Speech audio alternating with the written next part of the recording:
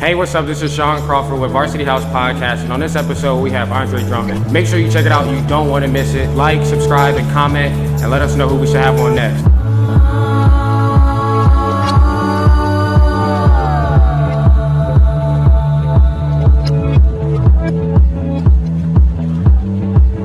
We got Andre Drummond in Chicago at Lyrical Lemonade office, and recording another episode of Varsity House Podcast, and I think it's going to be one of the best ones that we've done so far. Andre, big time shit. I just got here too. That's fire.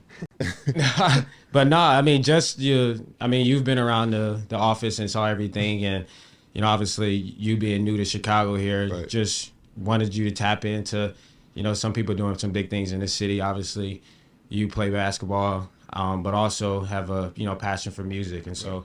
Lyrical Lemonade, I don't think there's anyone better. Shit, I'll give it to y'all for sure. Y'all got a well-oiled machine over here. Yeah. What'd you think of the Peas in a Pod game? Yeah, we called a 500 where I'm from, so I thought it was a cool game to relive a childhood game, and I lost. I think the height of the arena wasn't very big, so the trajectory of my shot had to alter it. A lot of excuses I'm making right now. I lost, so just have to accept it. But now he works here. Elliot works here, but he also shoots. I feel like he set me up though. He's shooting the same spot all the time. Every time. I noticed that too. Because once I stood in my spot, like he just was quick to just get comfortable in that spot. He's played this game before. He set me up. Because I usually give the instructions. So when you give the instructions to new people, you got to stand in the starting spot to go. Right. Sean's never won one of the games. So really? He's got this. I'm sorry, right. man. It's tough. One day I'm gonna win one if I keep coming here long enough. Just don't let him shoot first. I got to just take his spot. Right, and he always gets the best ball, too. I can imagine. He keeps one under the desk. Lies. But anyways, do you want me to ask about music first, or do you want to ask about... I think everybody know about basketball. Let's get into the music stuff. Yeah. We were talking before we started. Yeah, we were talking before we started about music. So, like, what do you guys think music is like nowadays? Like, compared to, like, 2010 to present day, what you think music is like? How old are you? Me, I'm 29. Okay, I'm 26. You are... 25. Okay. So from 2010, I was in 8th grade. I mean, like, what was 2010? Wayne, J. Cole, Migos. early Drake. Migos was just... Migos might have been like 2012, 2013. It was starting. When was Handsome and Wealthy? Was that 11? What was that? Handsome and Wealthy. Might have been. I didn't even say 2012. Slap. That whole no label. Yeah. My homie actually sent me that the other day. It was like, he sent me just no label 2, and all he said under was motivation. Right. I'm like, that's how we starting the week off. Simple. I can't really say, like, how different it is, because I just feel like with social media in general, like, how people get involved is very different. Okay, I got a better question for you. Do you think there's any timeless music out right now? Or is everybody sound the same? People don't realize music's timeless until well after the fact. I think Wiz Khalifa. I mean, but you can hear a song like, this song's going to be around for a minute. Yeah, Wiz Khalifa's crazy because he came out like 10 years ago. Well, he has timeless songs. Timeless songs, yeah. I agree. Like, you're saying timeless new artists is what you're saying. I'm saying, is there any, like, nowadays, like, do you hear anybody of today's, like, generation of music and hear a song like, this song is going to pop 20 years from now? Do you see that? Because I don't. Currently. Ooh, that's hot. Nah, I'm using inspiration just looking around to find some artists. But I mean, you can say Drake stuff, of course. He doesn't count. Like, Drake is in his own like stratosphere. I was trying to think of somebody else, but yeah, like it's hard. I honestly would say Wiz. But I'm not gonna lie. Out so long ago, I feel like he came out in like 08, 09. What about like I hate that this is the first person I thought of, like Post Malone. Like 20 years from now, people will probably be sampling his stuff. Of course, it'll be going. I think so too. What is Post Malone doing right now? Right now, at 4:24 on a Thursday. He's probably in the studio drinking some beers. They probably That's a good question though. Do you who stands out to you of the newer artists? Yeah, what would you say? Newer artists, man. It's tough, man. I feel like every week there's a new little someone that sounds the same as the last little someone. And not to discredit anybody's music, but now that I've been in Chicago, I got a chance to listen to some of the people out here, and there's some really talented folks out here, man. So who do you like from Chicago? He just did a song with Lil Durk. I can't think of his name right now. Let me look at my phone. 10 seconds. hip hop immediately. Did a song with Lil Durk recently? If you hanging with the ops, you want to get your ass smoked. Get caught. Damn, I'm trying to. I'm looking at I'm still trying. It is 10 seconds. Lil Zay. Oh, but Lil Zay been out for a minute too. Yeah. Yeah, Well, he's been you out gotta since, think like, I haven't been around 2012. Chicago like that. Yeah, true.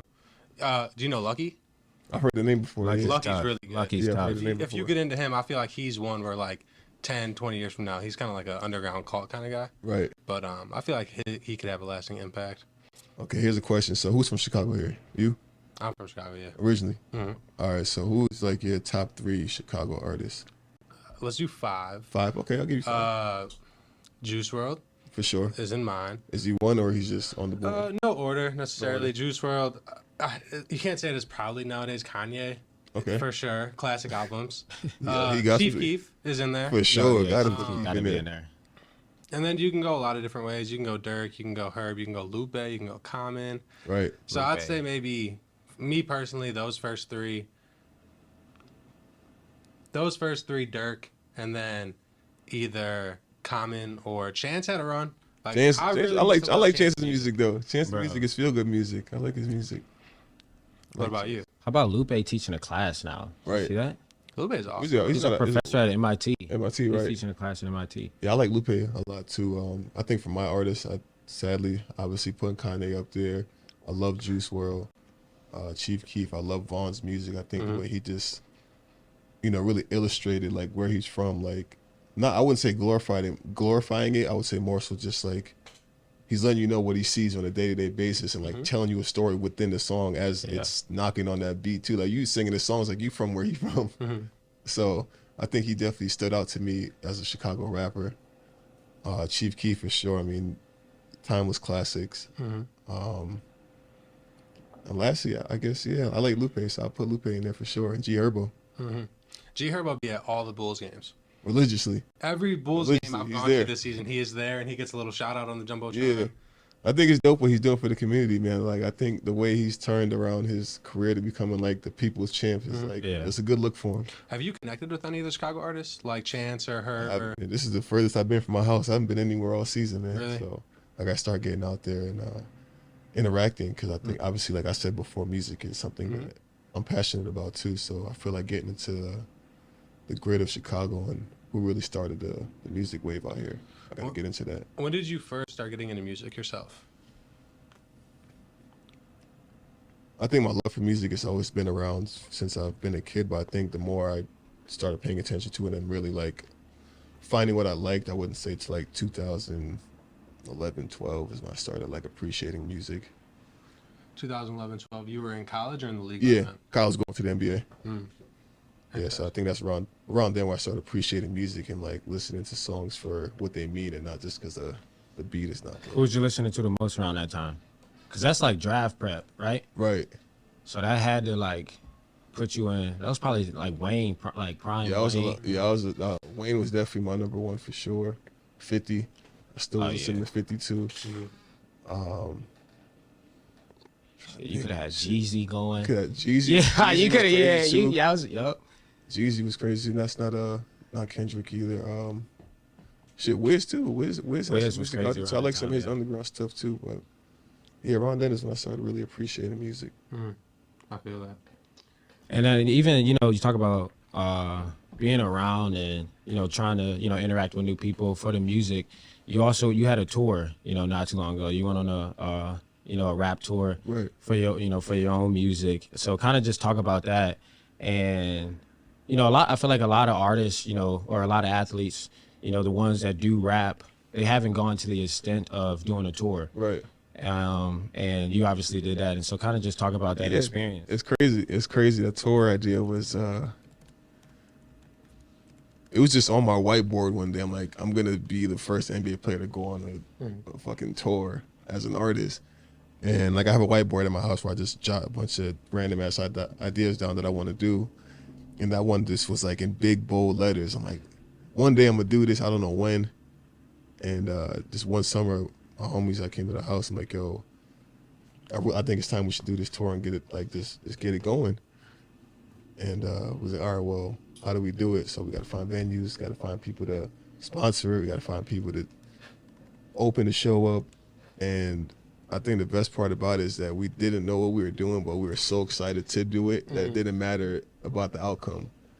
So when we were doing this, mind you, like we missed all kind of steps to make it a successful show, but I think it was the art of like physically doing something that no one's done brought so much joy to it. Like our first show was in Dallas. We did it in Dallas, and like we were like selling tickets that day instead of like having it sold out already. But it turned out to be a good event though. So which was really cool. Then the next city we went to, obviously the same situation again. We didn't do any anything. We just tried to do it when we got there. Yo, Andre Drummond's in town. Y'all trying to hear his music? Fucking pull up. So that's how we was doing it. And all in all, I think it was like a really fun experience, because then by the time we got to the end of the tour, I think the last I think we did like 6 cities, and the last city was in Detroit, obviously where I played. And the last one was nuts. Like it was like sold out, couldn't hear yourself think, people singing the songs that I didn't know people knew. And it was it turned out to be good. It went from like a low to a high, so it was dope. What venue did you do in Detroit? I went to Wayside. It's in Grand Rapids, Michigan. Yeah, I get a lot of love out there, so that was a really fire event. that's funny. Did you think it was harder to prepare for your first tour or your first NBA game? Shit, I feel like the work of the tour was a lot harder than the NBA, because I'll say the NBA is second nature. Was I nervous? Yeah, like I threw up my first game in the NBA. Like I didn't run out of the tunnel because I got like sick. I got like anxiety was going crazy. So I feel like once I got the jitters out, I was fine. But with a tour, there's so much different facets that people don't even understand that go into putting on a good show. You got to know the equipment you're using. You got to have the right sound people, the lighting, and that's just like grade 1 to what it really takes. You got to find out if you're going to be flying everywhere, taking a tour bus, who's going to be doing the assistant, who's going to be the manager, who's going to get this and that person in the building. There's so many different avenues to channel a good tour, and the way that we did it and made it work was really cool. I think we should take it back to the start for a second. So you're from New York. Right. What was it like growing up there? Well, I was born in New York. I lived there till I was about 8 or 9 years old and moved to Connecticut. I lived in Middletown, Connecticut for most of my life, so that's where I really consider where I grew up at, is Middletown, Connecticut. It's different, man. I feel like Connecticut is like a little New York because they pretty much talk and dress the same way. But Connecticut got its own swag that everybody tries to bite off too. What's that? Just the way, I feel like the way we dress summertime, how New York people do too, but I feel like we're always like early with the fashion trends. Before New York? No, I wouldn't say before New York. I'm talking about other places. Okay. New York is the capital of fashion. We're not going to take that away from them. Why did you end up moving from New York to Connecticut? I think just a change of scenery. My mom was ready to move. I was ready to move. I was like every other kid in the United States, bad, causing problems, fucking pulling fire alarms, fighting, everything you can imagine. So it was one of those things where my mom was like, we need to reset and just get out of here. So we moved to Connecticut, and that's where things kind of took off for me. I started doing better in school. Basketball started picking up. Then, the rest is history from there. I became the #1 player in the country my freshman year of high school. And then here we are today, Lyrical Lemonade, 12 years later. You had family out there too already, right? Yeah, my uncle lived out there. My cousins lived out there. My aunts are out there. My grandma lives out there. So it was just my mom and my sister who lived in New York. So did that family structure, or just getting around, other family, and you talk about the new environment, how much do you think that impacted, where you are today as well? Yeah, I think my family was a very big help to my success and where I'm at. My Uncle Phil was my basketball coach when I was young, and he really was the one that kind of helped me propel to be the player I am, how tough I am, and, mentally stronger. And when it comes to the game, he was definitely a big part of that. And I went from as far as him, like, even gave me basketball shoes to make sure I was laced up on the court. But he never played me, though.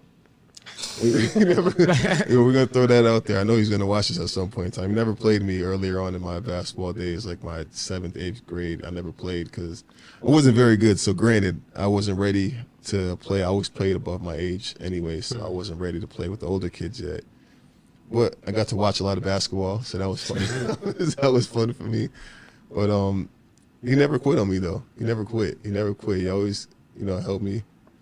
He's there for me, helping me work out, teaching me different things about the game. And then we had J.R. Hargraves, who came into play. Then, Patrick Sullivan, who I love to death, who was my new AAU coach later on in high school.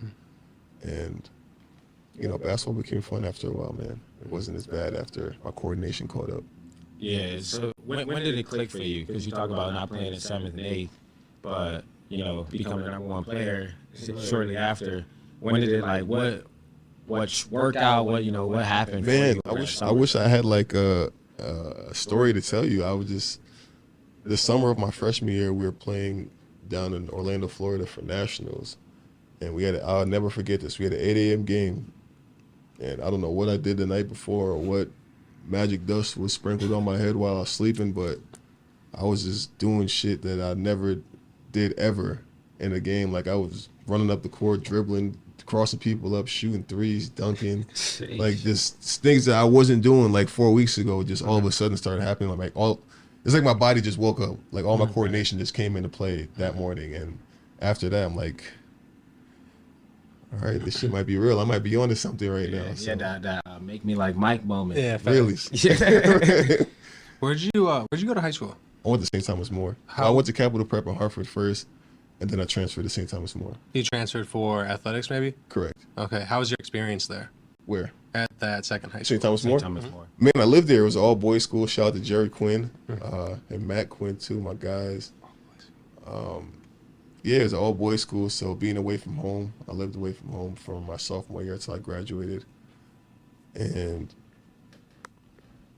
I hated it my first 5 weeks, and I think my coach knew that, too, because I wasn't used to being away from home for starters. Mm-hmm. And it was all guys. Like, I'm at that age, like 15, 16 years old. Like, I went to an all-guy high school. Yeah, it was tough, man. It was tough. But that was, the least of my worries about the girls. Was more so just, all that testosterone. There's a correlation, though. Y'all win a lot of state championships? Yeah, we were very good. We won a lot of state championships, so it's like... Y'all were focused. It doesn't matter. So, I was about to get into that. I feel like after, week 6, then I realized, all right, I'm here for a reason. Let's hone in on that. Started working on my game more, going in at 6 a.m. You know how this whole thing goes. And then won a bunch of national championships, MVP. Had a chance to go back and then decided to go to UConn. So, also, because we did an interview together and he asked me about this too, but after a while it just becomes like a locker room. Going to school just becomes you just kicking it with the boys. It's like coming to the office probably. Right. And you ain't got to worry about no girl drama, no nothing. It's just you kicking it with your boys and then you go play sports. I think that was the best part. There was no drama. Yeah. There was no drama unless you had a girlfriend that lived away or something like that. But more times than not, it's like being in the locker room every day because everybody. No, and I went to a school that was 108 people. Oh, okay. So everybody knew everyone, and 20% of our students were Asian too. So it was really cool. It was tight. The class I grew up with was really cool. We're still cool to this day. We have a group chat. They come to all my Knicks games, Brooklyn games, Boston, DC. So anything on that East Coast, they always pop out for that. So it's fire. It's kind of like the little Fresh Prince story. Right. You got a little Fresh Prince story involved. Obviously, you moved out to Uncle Phil. Oh yeah. You went East Coast. He went West though. But you talk about being around the family. Them taking care of you, but also sending you to what was Bel Air and that to St. Thomas More. I just wanted to make that connection real quick. That's kind of hard though. Yeah. No, I think for me, just the transition from New York to Connecticut and not having a father figure in my life and, my Uncle Phil having 2 boys already, taking me in and, treating me like I was one of his own and showing me all the roots to be a young man in the situation I was in, obviously too, of becoming into stardom. He tried to do the best he could to just tell me to always be humble, treat everybody the same way regardless of how they view you. So he definitely gave me a lot of life lessons as a kid. J.R. Hargraves was another guy who was in my corner during that time. Patrick Sullivan, I always say his name. He's one of the greatest guys I've known. He's done a lot for me in the game of basketball. Jerry Quinn, Jim Calhoun. I mean, you see I'm naming all these different coaches and guys that have helped me get to where I'm at. I'm always appreciative of those guys, too, and I never forget. And I feel like without them, I wouldn't really even be sitting here right now. I think each of them have taught me something that I carry with me to this day. What was that recruiting process like? Like, I'd imagine. It was fun. I'd imagine it was crazy. Because I wasn't only getting recruited by colleges, I was getting recruited by other high schools too. I graduated early, so I almost went back to high school again, but I decided not to. Courtesy of my mother, she forced me not to. So, I mean, I can keep it short. So pretty much after I graduated from St. Thomas More, I had another year left of eligibility for high school. And I just fucked around all summer. I never really had a plan. Like, I didn't know what I was doing. Like, I went through a whole summer like it was nothing. Like, I don't have a life choice to make in like 5 weeks. So I got to like the last week of like summer, and I was with my best friend at a fair. I get a phone call from my mom. She's like, "Hey, I need you to come home. We got to discuss some things." I'm like, "All right, cool." So I told my boy, like, "Yo, gotta go." So he thinks that we're going to high school together, me and my best friend, Mike. I'm sure when he watches this, he'll laugh too. He hates me to this day for making this decision. Like, if I call him right now, he'll just give me the middle finger. Because like, it changed like this whole dynamic of basketball for me not going to that school. Yeah. so I ended up not going to high school with him. So I get to the house, and it's like a Godfather situation. Like, my fucking aunt, uncle, cousins, all sitting in a little semicircle. And they come in, they're like, "We need to make a decision about your future." So I'm like, "Damn, can I shower? I just came from a fair. Can I don't know, this is deep stuff. I'm not ready for this." So they're like, "We need to make a decision. Like, let's do the pros and cons of you going to college or back to high school." So obviously all the pros were leaning towards going to college. So I can get there I can get to the NBA faster, more competition. I can learn from a coach, whoever I played for. I didn't know who I was picking at the time. So cool, the meeting's over, we decide I'm going to college. Next issue, where? Like, we're all celebrating, okay, he's going to college. Like, okay, well, where the fuck am I going? We didn't decide yet. So now that I'm going to college, what school am I going to? And mind you, school starts in like 2 weeks. So I'm sitting here with no college or high school, and I'm like, all right, well, what do I do? So we start going on a list of schools that recruited me, which is every school in the country, because like I said before, number one player in the country. So I'm like, all right, we got Florida, we got North Carolina, we got Duke, we got Kentucky, we got UCLA, we have USC, we got Auburn, we got Florida State, we have all these schools. And living in Connecticut at the time, Stanley Robinson and Jerome Dyson used to get their hair braided at my aunt's salon. So I was always like a mini UConn fan, because I always, and Hashim Thabit, and I used to see those guys like from like 10 years old to I'm 16, 17. These guys are coming in still getting their hair braided.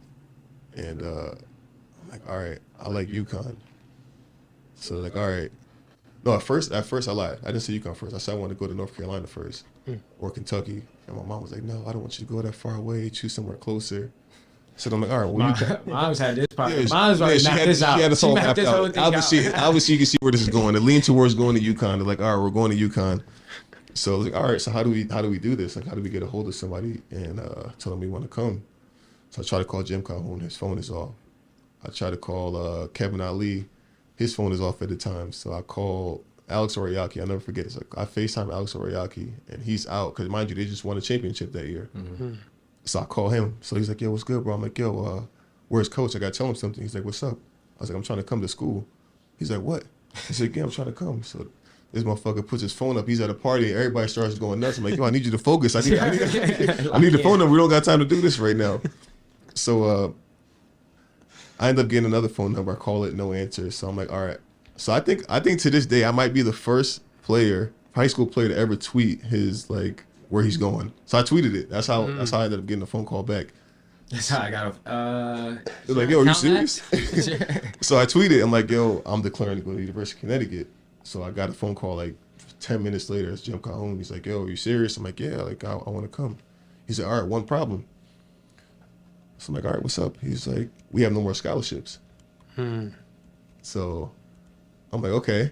Well, I'm gonna hang up now. He's like, wait.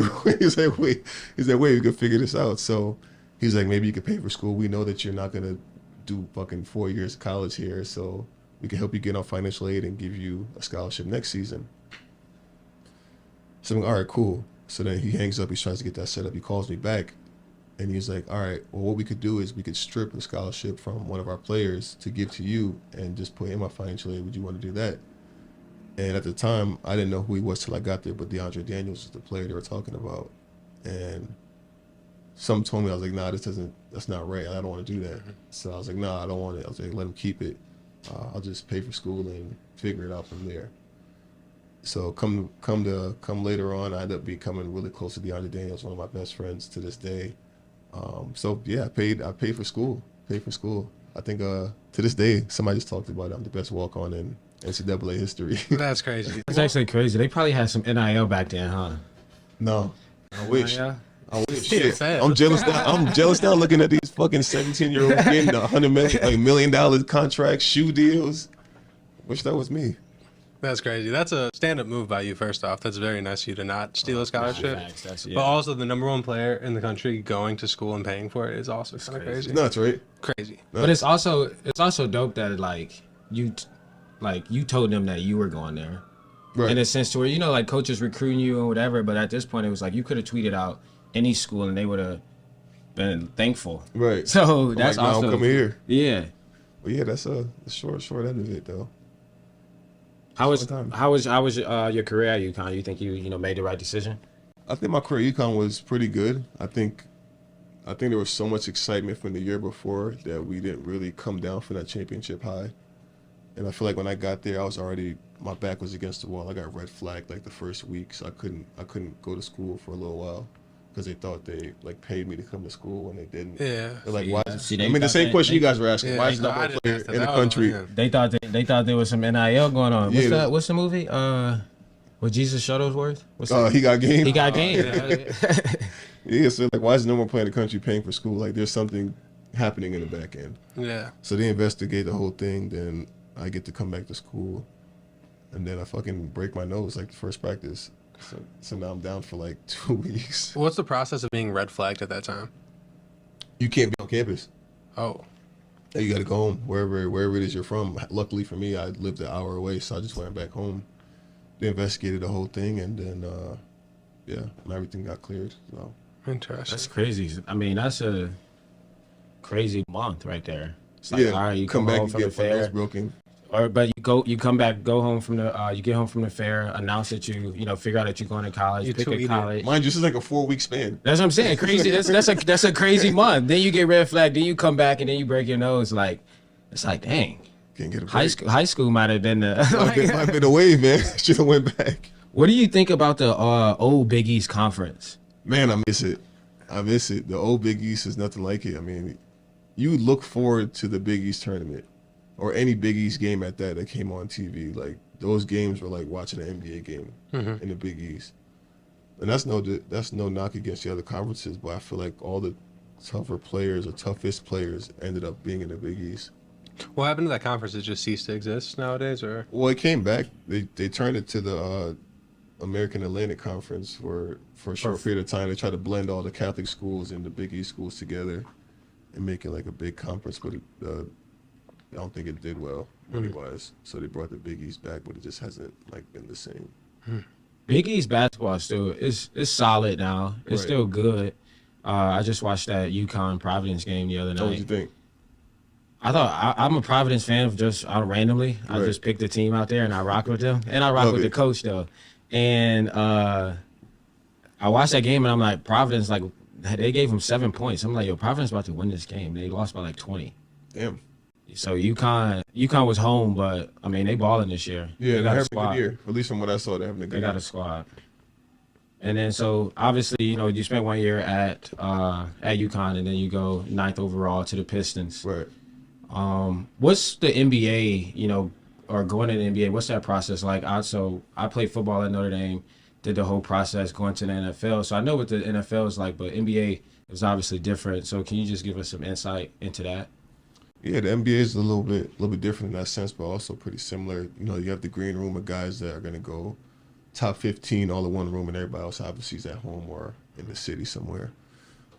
So for me, just being in that green room was pretty crazy to see. They got like Anthony Davis in there, Dame Lillard at the time was in there, Terrence Ross, going to list the top 10 guys all in the same room, not knowing who's going to go where. So that anxiety piece starts to set in a little bit, especially when you hear teams say, we really like you. If we see you at X, Y, and Z pick, we're going to take you. knowing that it might not be, what it panned out to be. What was the earliest a team showed you? Second? Yeah. Where do you think you were going? I honestly thought I was going to Cleveland at 4. Either Cleveland or Golden State were the teams I thought, which was Cleveland was 4 and Golden State was 7. So I thought I was going to either one of those two teams because I killed both of those workouts. Who went to the Cavs that year? Deion Waiters. He was nice for a second. He was a ball hard D Waiters. Yeah. It was hard. Meek Mill was a fan of the Cavs during, and then his song, I remember this because I'm from Cleveland, so I used to go to the games. That team was like, it wasn't bad though. It was a cool team. Like it was like a cool young team. Kyrie was Kyrie there yet? Mm-hmm. Kyrie was there. Then we had Deion Waiters. We was Anthony Bennett. Anthony Bennett. Anthony Bennett was the year after. Oh, it was after. It was the year after, yeah. Yeah, they blessed us a few years, but some didn't really pan out. But yeah, then after that whole experience of the green room, the draft obviously starts. You get picked, go on stage, shake the commissioner's hand, hopefully take a good picture. Because mine to this day sucks. I hate. Don't even pull it up. It's sad. 'Cause I started crying and shit. I wasn't sad. I was happy. Happy cheers. I just had a disgusting look on my face. My eyes was all red. I couldn't even pull it together before I took the picture. But it's an emotional time, man. I mean, you've been a part of the draft, so you've seen guys go and come. So it's definitely an emotional time and a time that you don't forget because it only happens once. How was your time in Detroit? Pretty good. I think I did well out there. The teams we had were pretty good. I spent most of my teens and my 20s in Detroit, so I feel like I'm almost from Detroit. 'Cause I've lived there so long. My home is still in Detroit. I have a house there still. Just a lot of beautiful memories there. I've done a lot for that city and in that city. what are some of your favorite moments, or maybe favorite spots too in Detroit? I think one of my favorite moments was the game winner I scored to put us in the playoffs for the first time since 2004. Like, I'll never forget that play because it didn't go the way it was put on the board. So I think for us to figure it out and get that win was crazy. I think there's that. I think my draft day was one of my most memorable times there too when I got there. Just the love and support I got the day I got there. And the fan base, man, you gotta love Detroit fans because they work so hard to come watch their favorite team play. It makes you want to just, they make you feel loved whenever you're playing the right way. It's a blue collar city. I got a question. So when you hit that game-winning shot, so take that feeling, or you take the feeling when you were on tour and you said Detroit was crazy. You said, and then they start singing songs that that you didn't think they knew. Sold out. Which feeling was more of adrenaline rush? Yeah. There's nothing like a game winner. I don't care what aspect of life you do something in. I think there's nothing better than seeing a clock hit 0 and you're the one that made the ball go in. Like, it was a feeling that's undescribable. You feel like you're invincible for that 30 seconds. Like, you feel like there's nothing you can't do. Like, I could do this shit again. Like, you give me the ball, I can do it again if I want to. Dang, bro, my basketball career ended in 8th grade because I stopped growing. So I was like, I'm not about to do something and waste my time when I ran track and played football. Right. So what was your 4.5? My 40? Your 40. I ran 4.4. It's not bad. But so my basketball career ended early, and I always wanted to dunk in a game and hit a game winner, and those two never happened for me. Sorry. We could do that here sometime if you want. Of course. Yeah. Lower Get the a rim. little shot clock. Yeah. I can do both. Yeah. Yeah, relive the whole thing. Dang. Get a little fan base in here. That actually might make me feel good. Come on, that might make me feel good. Imagine. Whenever you're ready, we got you. I want to talk about the Bulls. I don't know if you want to ask questions. Let's get into the Bulls because I do want to talk about the Cavs and also the other teams. But let's definitely get into the Cavs first because chronologically, we'll cut this part out. So just talk about the Cavs because he was in Cleveland before he was in Chicago. Yeah, I know. So you went to Cleveland. I'm spending more time here, so I think it make more sense. That's what I'm saying. But also, I do want to bring up with the Bulls. You are, franchise history leader in offensive rebounds. Against Oh, you're talking about ever? Ever. Oh, I know. So like you having a like crazy career, obviously, you know, in Detroit. Just kind of just also just talk about, you know, what that franchise has been through, what, you know, IT and all them winning, you know, the championship back then. Talk about, you know, you being, you know, etched into like history with the Pistons. Yeah, I think the history of the Pistons is set in stone. I think what those guys have done, Joe Dumars, Isaiah, Dennis, you know, how am I drawing a blank? Jesus. Bill Laimbeer, you know, Bob Lanier, you go on the list of guys of the greats in Detroit. You go to 2004 with Chauncey Billups, Rip, you know, Ben Sheed. They're always known to do the same thing, which is be like a tough, hard-nosed, fighting team, and that's what helped them win, and that's what Detroit stands on, which is why they don't accept anything less than that, because that's what they know. And I think for me playing there, I think that's why I was embraced so much, because I'm not afraid to do the dirty work while I'm out there, and it makes it easy for the fans to love you, because that's what they know. They know hard work. They work hard every day to, you know, spend money to get those tickets to sit and watch us play. They want to see us do the same thing. I definitely want to talk about those times, because you was averaging what, like 17 and 30? Yeah, crazy numbers. But you also, I saw you mention that you liked Cleveland. Like you rocked with the city. It was a young team. We were doing our thing. Talk about just some, you know, the moments that you did have. Talk about some good ones in Cleveland. Yeah, I think Cleveland gave me like the reset button on my career. You know, spending 8 seasons in Detroit and being traded to Cleveland, it was kind of like a reset for me, kind of like resetting my whole career and you know, becoming a new version of myself. And Cleveland gave me that start where I was able to lead the team, you know, had young guys on my team that were hungry and wanted to win. Definitely one of my favorite teams I've played with, just with the youth and how fun those guys were, how much they wanted to win. It was enjoyable playing with them. And so now after that, you know, been on a couple teams, but I do want to talk about just the players you play with. You know, you play with Bron and AD Right. with the Lakers. You play with KD and Kyrie with the Nets. You know, a lot of people obviously look up to those people in, you know, the basketball space, and you were, you know, fortunate enough to play with those guys, learn from those guys.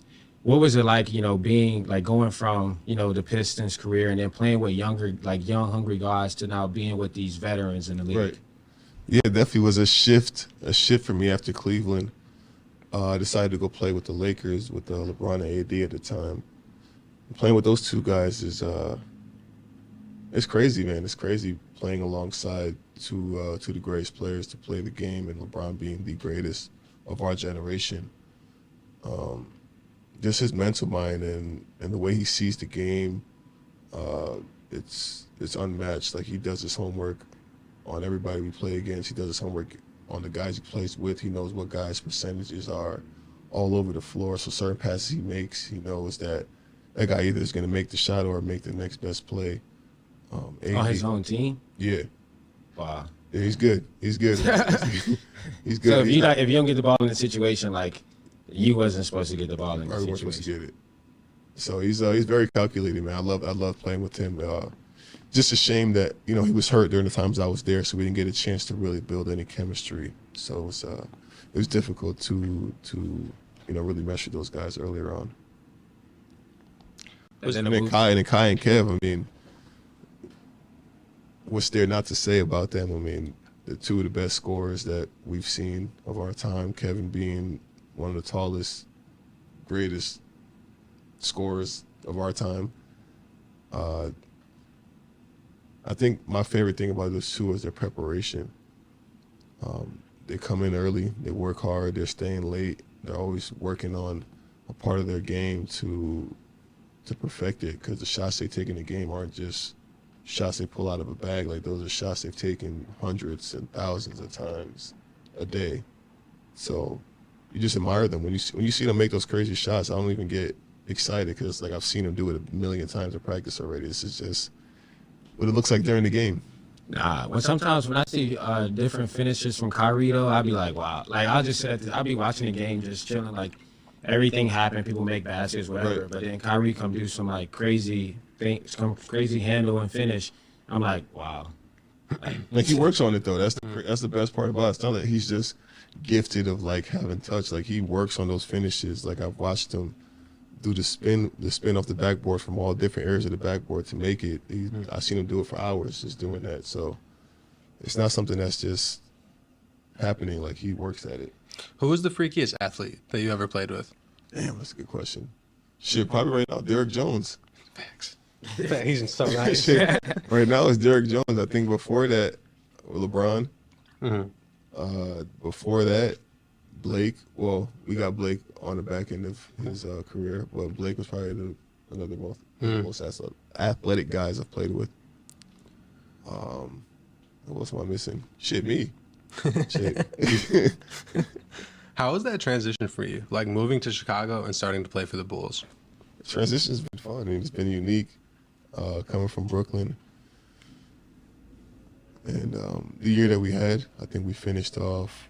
When we finished off that great, I think we had a chance to do something special. I think the same thing, like I said, about the Lakers situation. We didn't have enough time to build chemistry as a team. Mm-hmm. So, sad that it happened that way too.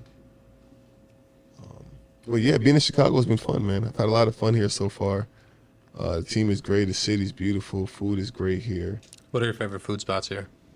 I can't tell you because y'all gonna show up. You gonna start taking all the seats? All this out of the interview. I'm just curious. No, I'm just playing.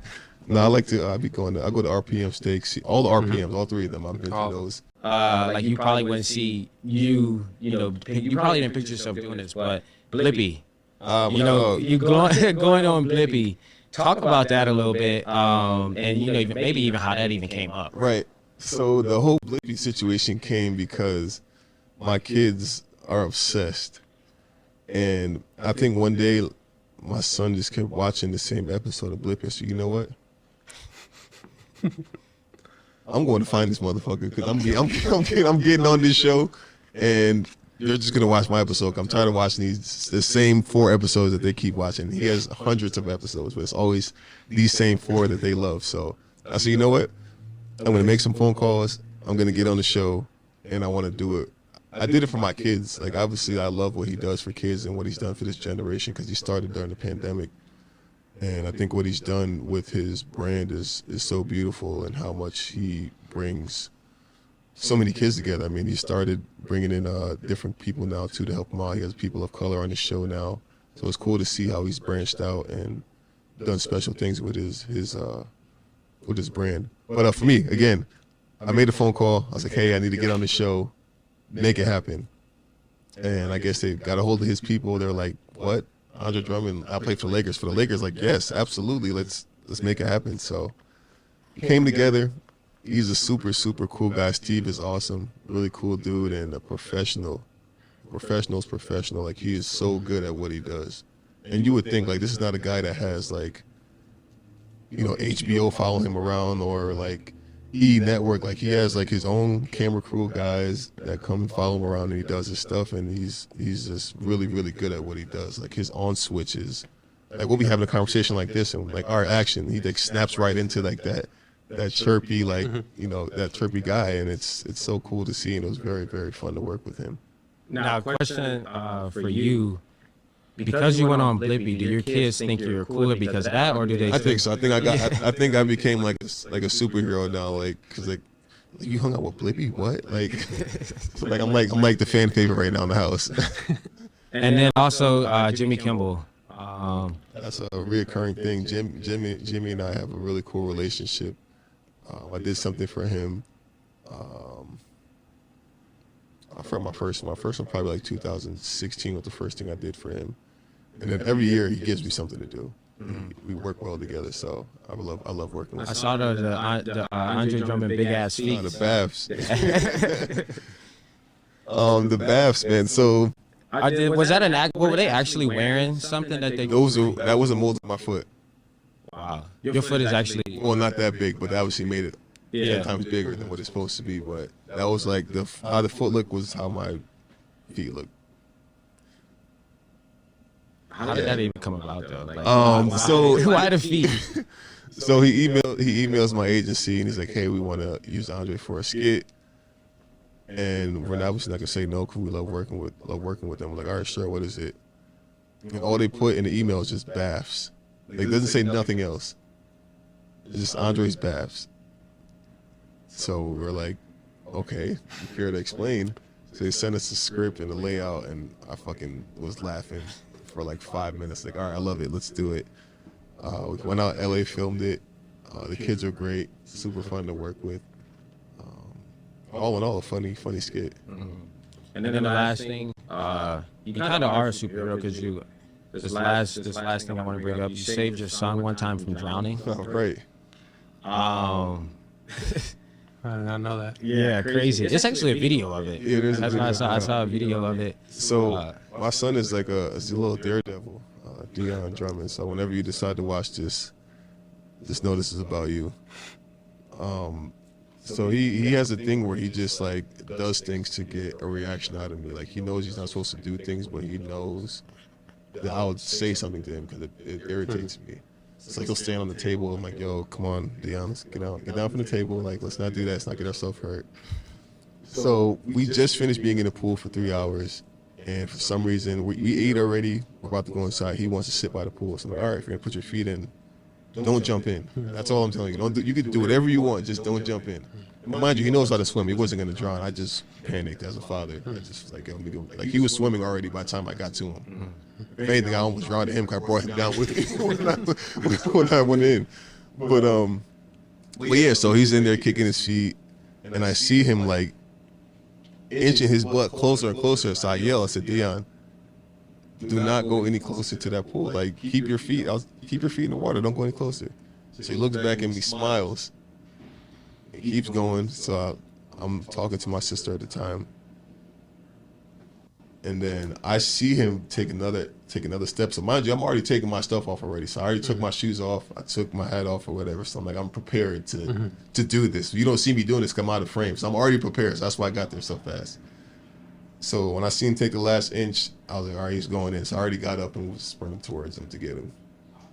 Kids, man. I don't have any, but... And then thought it was funny. I mean, he got out of the pool and he's giggling. His mom is losing their mind over there. My sister's crying. Like, and he's just laughing, having a great time. Man, I feel like we could talk all day, but we got this. Well, now we about to... So you rap, you play basketball. You're a superhero, and now you act. And so... Have you done any, or you did the Blippi, but any, like... Yeah, I've done a bunch of different things. Done stuff for Disney, Nickelodeon. Been in a couple of Amazon movies. Sure. So, which ones? I'm not even proud of it, so I don't even want to say it. All right, well, yeah. Not Amazon, but... so we definitely appreciate your time, bro. No, thank you. But we about to test those acting skills now. We got something dope that we, came up with. Elliot, Noah came up with. Sure. We're gonna do it here in the Lyrical Lemonade office. But go watch this video when it comes out. It'll be dope. Shit, thanks for having me. Yeah. Shout out Jesse for setting this up. But shout out Elliot always. You can say something. Thank you. Shout out Elliot for also, helping me always anytime I come to Chicago. But again, we appreciate you, Andre, stepping in and, doing your thing. But how much time we got left? 1 minute. Bulls prediction. Let's go. Make the playoffs? Yeah, we'll be fine. All right, bet.